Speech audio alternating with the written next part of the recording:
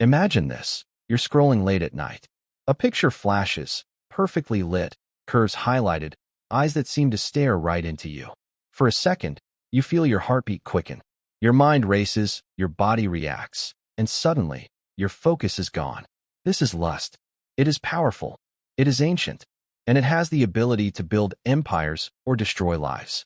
Throughout history, kings have lost kingdoms, warriors have fallen, and ordinary people have sabotaged their futures, not because of enemies on the battlefield, but because of enemies inside their own minds. Desire uncontrolled is more dangerous than any sword. Now, here's the truth. Lust itself is not evil. It's the energy of life. It drives reproduction, creativity, and intimacy. But uncontrolled, it becomes an addiction, a mental prison. This audiobook will uncover the science behind why lust feels so irresistible, the psychology of how media, culture, and even your own brain wires you for temptation, and most importantly, the tools and strategies to control lust without suppressing your natural energy. By the end of this journey, you'll discover how to transform lust into power, a force that fuels discipline, success, and even spiritual growth. So lean in, because what you're about to learn is something philosophers, monks, and psychologists have studied for centuries, but few people truly master. Chapter 1. The Nature of Lust. Lust is not just about sex. Lust is a craving, a hunger for intensity, for escape, for pleasure. Psychologists call it an appetitive state. Your brain sees something it wants, and it floods your body with dopamine, the reward chemical. Here's what happens inside you. You see an attractive person, your amygdala fires up, dopamine spikes. Your body feels arousal, but your brain whispers, more. I need this now. This loop tricks you into thinking satisfaction is one step away, but the chase never ends. Think about it. That's why people binge on adult content or endlessly scroll through TikTok thirst traps. It's not about sex anymore. It's about the chase of dopamine. But here's the key difference. Love connects. It's about giving, about bonding. Lust consumes. It's about taking, about satisfying an urge. Both have their place. But when lust dominates, people start treating humans like objects, not souls. Now, imagine harnessing that energy differently. The same surge that makes your pulse rise when you see a body could fuel your workouts, your creativity, your business. That's what monks in Tibet, samurais in Japan, and even modern CEOs understand. They channel lust into focus, not distraction. Chapter 1. The Nature of Lust. Lust is not just about sex. Lust is a craving, a hunger for intensity, for escape, for pleasure. Psychologists call it an appetitive state. Your brain sees something it wants, and it floods your body with dopamine, the reward chemical. Here's what happens inside you. You see an attractive person, your amygdala fires up, dopamine spikes. Your body feels arousal, but your brain whispers, more. I need this now. This loop tricks you into thinking satisfaction is one step away, but the chase never ends. Think about it. That's why people binge on adult content or endlessly scroll through TikTok thirst traps. It's not about sex anymore. It's about the chase of dopamine. But here's the key difference. Love connects. It's about giving, about bonding. Lust consumes. It's about taking, about satisfying an urge.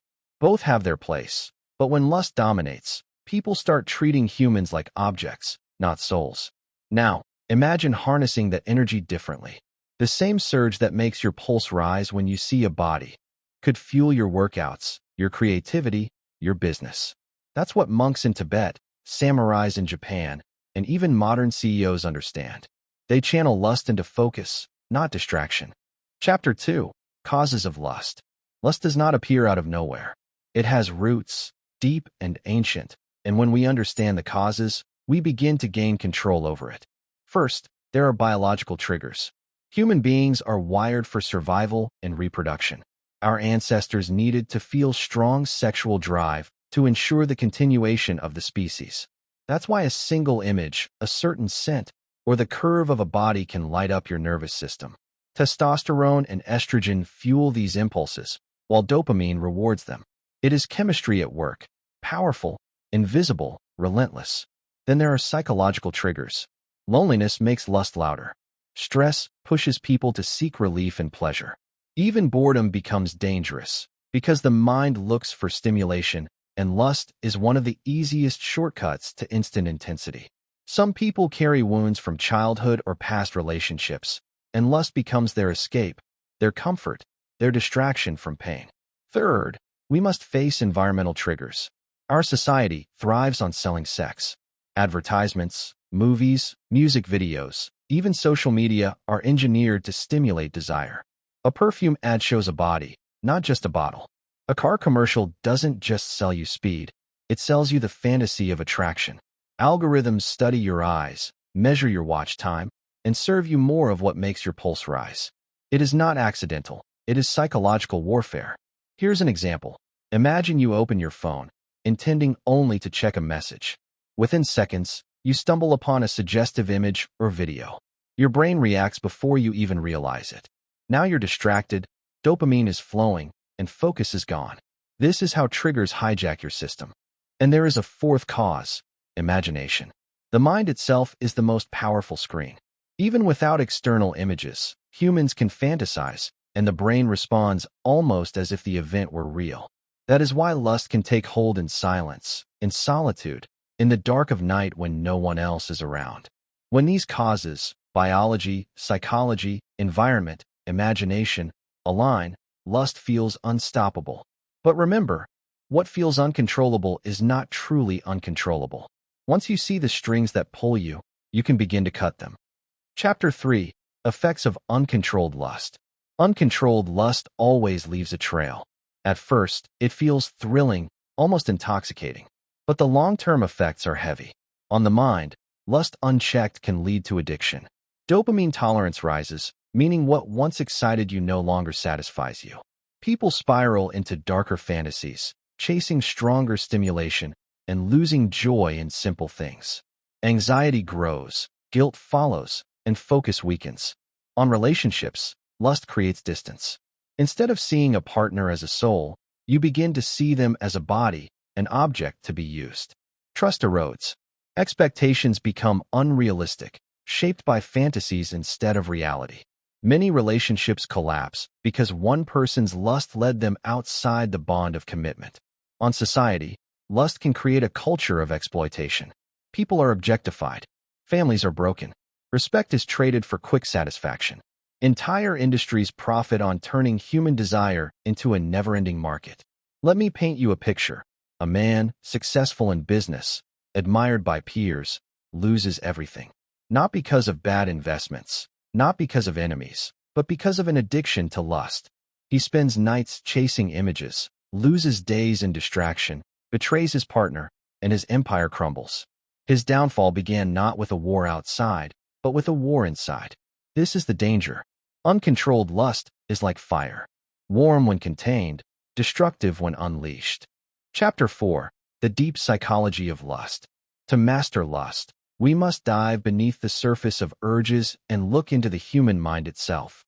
Psychology has long studied desire, and what it reveals is both fascinating and unsettling. Sigmund Freud, the father of psychoanalysis, described the human mind as divided into three forces: the ID, the ego, and the superego. The ID is primal. It screams for pleasure, for sex, for release, without thought of consequences. The ego tries to balance those demands with reality. Yes, I want this, but can I get it without destroying myself? The superego is the moral compass, the voice of values and conscience. When lust takes over, it is the ID in control. The ego and superego struggle, but the raw power of desire often wins. That's why people do things they regret later. In the moment, logic is silent. But it's not only Freud. Modern neuroscience shows that lust activates the reward system of the brain, the same system triggered by drugs. Every time you indulge, you strengthen the neural pathway: stimulus, arousal, release, relief. Over time, this becomes a loop, a habit, a prison. Another layer is conditioning.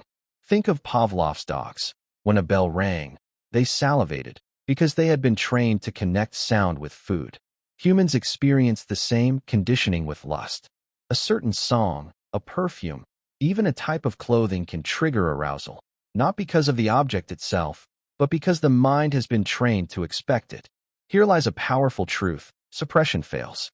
When people try to simply push lust away, it grows stronger in the shadows. The mind rebels against repression, but redirection works. Channeling lust into other pursuits, art, study, business, fitness, transforms the same energy into productivity. This is why monks practice meditation, why athletes train with discipline, why inventors often spoke of celibacy. They were not killing desire, they were mastering its energy. Chapter 3. Emotional Mastery, Not Suppression. Stoics don't avoid emotions. They control the expression. Let's say she's upset and emotional. Most men either get defensive or try to calm her by invalidating her feelings. A Stoic man doesn't do either. He holds space. Real example. Denial's girlfriend told him, "You never understand me." He used to argue back. But one day he simply said, "Help me understand." That one line melted her defenses. He didn't fix her, he heard her. Lesson. Don't react, reflect. Chapter 4. Purpose is magnetic. You are most attractive when your life has a direction. Women don't fall for men who make them the center of their world. They fall for men with a world of their own. Real example, Bilal was obsessed with dating apps. Always chasing validation. Nothing lasted. Then he found a passion in photography, started traveling, focused on self-growth. Suddenly women started approaching him, not because of looks but because of presence. Purpose builds polarity. Polarity builds desire. Chapter 5. Her triggers, your awareness. Female psychology is sensitive to emotional cues. Women respond strongly to subtle signals. Trigger example 1. Neediness, when you're always available. Trigger example 2. Insecurity, when you constantly ask, "Do you still like me?" Positive example. Confidence, when you smile and say, "I know we'll be okay." Real example. Usman's girlfriend became distant after he started questioning every action. She told him, "I don't feel safe anymore." He thought she meant physical safety. No, she meant emotional safety. When he became more grounded and less reactive, things changed. Chapter 5. Strategies to control lust. Now that we understand what lust is, what causes it, and how it works inside the mind, the real question is this: how do we control it? The answer is not suppression, not shame, and not running away. The answer is mastery, turning the same fire that burns into the same fire that gives warmth, light, and strength. Let's break down the most powerful strategies. 1. Awareness and mindfulness. The first step is awareness. Most people fall into lust unconsciously. They don't notice when the thought enters, when the fantasy starts, when the body reacts. By the time they realize it, they are already lost. Mindfulness teaches you to catch the spark before it becomes fire. When a thought or image arises, notice it. Don't fight it. Don't feed it. Simply observe. Ah, this is lust. I see it. This act alone gives you power. Instead of being dragged by the impulse, you stand outside it. The trigger loses some of its grip because you have named it. 2. Lifestyle practices. Your physical body is deeply tied to your mental urges. A tired, unhealthy body craves shortcuts, and lust becomes one of them. That's why lifestyle is a powerful weapon against uncontrolled desire. Diet. Heavy, oily, processed foods fuel sluggishness, which makes the mind chase stimulation.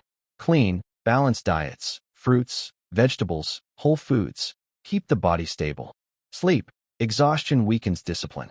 A tired brain has less control over impulses. Rest gives you the strength to resist. Exercise. Physical activity channels energy. Every drop of sweat you release is energy not wasted in compulsive lust, but invested in strength. Breathing. Ancient yogis taught that breath controls desire. Deep, controlled breathing calms arousal and grounds the mind. 3. Psychological tools. Psychology gives us techniques to rewire habits. One of the most powerful is cognitive reframing, changing the way you interpret triggers.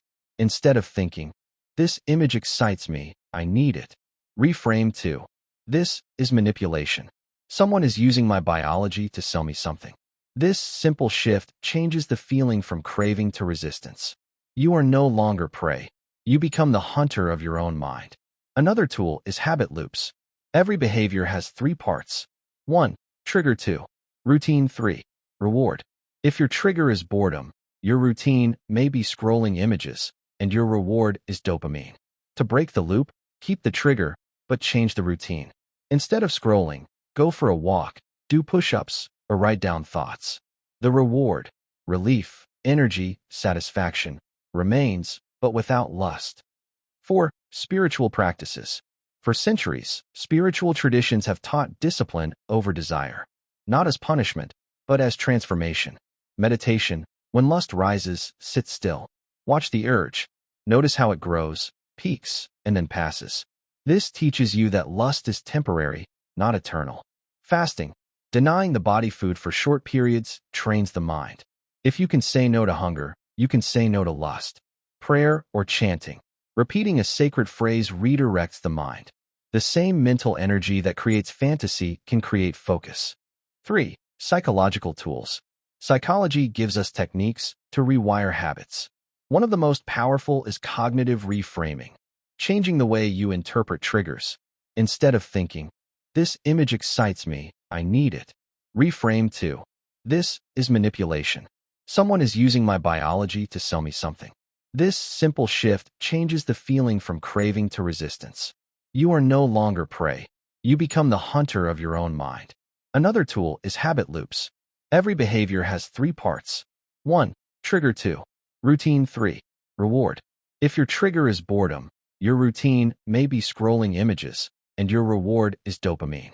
To break the loop, keep the trigger, but change the routine. Instead of scrolling, go for a walk, do push-ups, or write down thoughts. The reward, relief, energy, satisfaction, remains, but without lust. 4. Spiritual practices. For centuries, spiritual traditions have taught discipline over desire, not as punishment, but as transformation. Meditation. When lust rises, sit still. Watch the urge. Notice how it grows, peaks, and then passes. This teaches you that lust is temporary, not eternal. Fasting. Denying the body food for short periods trains the mind. If you can say no to hunger, you can say no to lust. Prayer or chanting. Repeating a sacred phrase redirects the mind. The same mental energy that creates fantasy can create focus. 5. Practical, everyday strategies. Let's get very real. Triggers are everywhere. You need quick, practical tools. Digital discipline. Unfollow accounts that trigger lust. Install blockers if needed. Remember, what you feed your eyes, you feed your mind. Environment. Don't linger in places or situations where temptation thrives. If your environment fuels lust, change it. The 5-second rule. When a lustful thought hits, count 1, 2, 3, 4, 5. Then immediately shift to action. Stand up, drink water, do something physical. This interrupts the cycle. Replacement model. Lust is energy. Redirect it. Write music, paint, study, build a business. Many of history's great creators channeled sexual energy into genius. 6. What to do in the heat of the moment. Sometimes, lust strikes like lightning, suddenly, powerfully. What do you do then? Pause. Take one deep breath. This creates a gap between impulse and action. Shift focus. Move your eyes, your body, your thoughts. Speak to yourself. I control my body. I control my mind. If possible, channel the energy immediately. Workout, cold shower, or immerse in a task. Remember, urges feel eternal, but in reality, they rise and fade like waves. Ride the wave, don't drown in it. These strategies are not about killing desire. They are about mastering desire. Lust is energy. Left wild, it burns. Controlled, it becomes fuel. Chapter 6. Real-life stories and applications. Knowledge is powerful, but stories show us how that knowledge comes alive in real lives. Let's explore a few examples. Real, relatable, and inspiring. Story 1. The student who fought addiction. There was a young student, brilliant but distracted. Every night, he fell into the trap of adult content. What started as curiosity became habit, and what became habit grew into addiction. His grades fell, his confidence shrank, and his social life collapsed. One day, he made a decision. He deleted his files, blocked his sites, and began journaling every time an urge appeared. At first, he failed again and again. But instead of giving up, he treated every relapse as data. He wrote down what triggered him, how he felt, what time of day it happened. Within months, he saw patterns: loneliness at night, stress before exams, boredom on weekends. By replacing those moments with workouts, late-night study sessions, and conversations with real people, he rewired his brain. 2 years later, he not only graduated at the top of his class, but also became a mentor, teaching others how to control their minds. Story 2. The couple who learned control. A married couple faced a silent struggle. The husband's lust pushed him toward fantasies outside the marriage. The wife felt neglected, compared, unvalued. Their bond was breaking. Instead of ending, they decided to confront the problem together. They studied the psychology of lust, attended counseling, and began practicing mindful intimacy. They learned the difference between lust and love, between using and connecting. Slowly, they rebuilt their trust. The husband shifted from chasing fantasy to investing energy into romance, presence, and communication. Lust became not a wall between them, but a spark they both learned to guide together. Their marriage grew stronger, deeper, more real. Story 3. The leader who mastered desire. History gives us countless figures who channeled lust into power. Nikola Tesla, the inventor, famously practiced celibacy to fuel his genius. Great monks in Asia transformed desire into meditation energy. Even modern CEOs speak of discipline in their private lives as a key to public success. One businessman shared his method. Every time lust rises, I write down 3 business ideas. By the end of the year, I had over 200. Some became million-dollar ventures. That energy could have been wasted, but I turned it into creation. The lesson from all these stories: lust is not your enemy. It is your teacher. It shows you where your energy is. If you learn to direct it, you transform from prisoner to master. Chapter 7. The results of mastery. When lust is uncontrolled, it chains you. But when it is mastered, it changes you. The results are not small, they are life-altering. Result 1. Laser focus and productivity. The mind that once scattered energy chasing desire becomes a mind that builds, creates, and achieves. Imagine the hours lost in fantasy, in scrolling, in distraction, now redirected into study, into business, into skill. People who master lust often say, "I feel like I gained more time in a single day." This focus is why warriors, monks, and leaders guarded their energy so fiercely. They knew the same force that pulls you into temptation can push you into greatness if controlled. Result 2. Deeper relationships. When lust is no longer in control, love shines clearer. Partners feel seen not as bodies, but as souls. Intimacy deepens because it's no longer just about satisfying a physical urge. It becomes about connecting, bonding, growing together. A person who has mastered lust becomes trustworthy. They carry an aura of loyalty, of strength. Others feel safe around them, respected, valued. Result 3. Confidence and self-respect. Every time you resist lust, you win a battle with yourself. And each victory builds confidence. You no longer feel like a slave to urges. You feel like a commander of your mind. That confidence radiates outward. In conversation, in business, in relationships, people sense it. They see discipline in your eyes, strength in your voice. Result 4. Creative and spiritual power. Lust is energy, and energy redirected becomes fuel for higher goals. Artists paint with it, writers create with it, athletes train with it. Spiritual seekers transform it into meditation, prayer, or devotion. Throughout history, many have called this the transformation of sexual energy into life force. Instead of being drained, you feel energized. Instead of being trapped, you feel free. Result 5. Leadership energy. People naturally follow those who have mastered themselves. When others see that you are not controlled by impulse, they respect you. They trust you. They want to learn from you. This is the hidden result of mastering lust. It makes you a leader because you lead yourself first. Mastery does not mean never feeling desire again. It means feeling it fully, but not being enslaved by it. It means using it as fuel, not letting it use you as prey. So, let us bring this journey to a close. We began by uncovering what lust is, that ancient force built into our biology. We explored the causes, our bodies, our minds, our environment, and even our imagination. We saw the dangerous effects when lust goes unchecked: addiction, broken focus, damaged relationships. We went deeper into psychology, into the ID, ego, superego, into neuroscience and conditioning. And then we armed ourselves with strategies, mindfulness, lifestyle changes, psychological reframing, spiritual practice, and practical, everyday tools. Finally, we witnessed the transformation, stories of people who turned weakness into strength, and the incredible results: focus, deeper love, self-respect, creativity, leadership. Now the question is not whether lust can be controlled. The question is whether you will choose to control it or let it control you. Remember this: lust is not your enemy. It is energy. Fire. Fire can burn down a home, or fire can cook your food and light your path. The choice is yours. If you master lust, you master yourself. And when you master yourself, there is nothing in life that can hold you back. So take this knowledge, practice it, live it. Turn your urges into discipline, your cravings into focus, your desires into power. And if this audiobook gave you value, if you felt inspired, challenged, or awakened, then do me one favor. Like this, subscribe, and drop a comment below. Tell me which topic you want me to uncover next. It could be discipline, confidence, relationships, success. Whatever your mind is hungry for, we will explore it together. Until then, remember, you are stronger than your impulses. You are greater than your urges. And your mind is the true throne of power.